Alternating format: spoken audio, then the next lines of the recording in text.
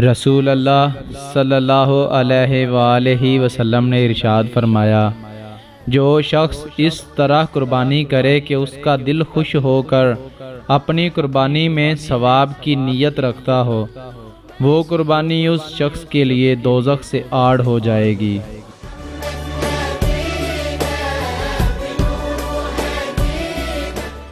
صحابہ رضی اللہ عنہم نے پوچھا، یا رسول اللہ صلی اللہ علیہ وآلہ وسلم، یہ قربانی کیا چیز ہے؟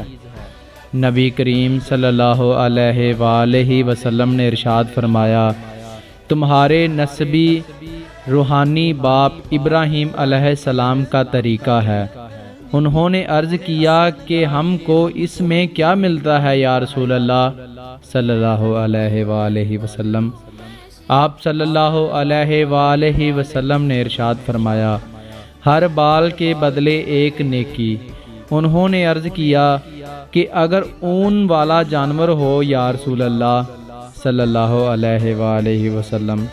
آپ نے فرمایا کہ اون کے ہر بال کے بدلے بھی ایک نیکی۔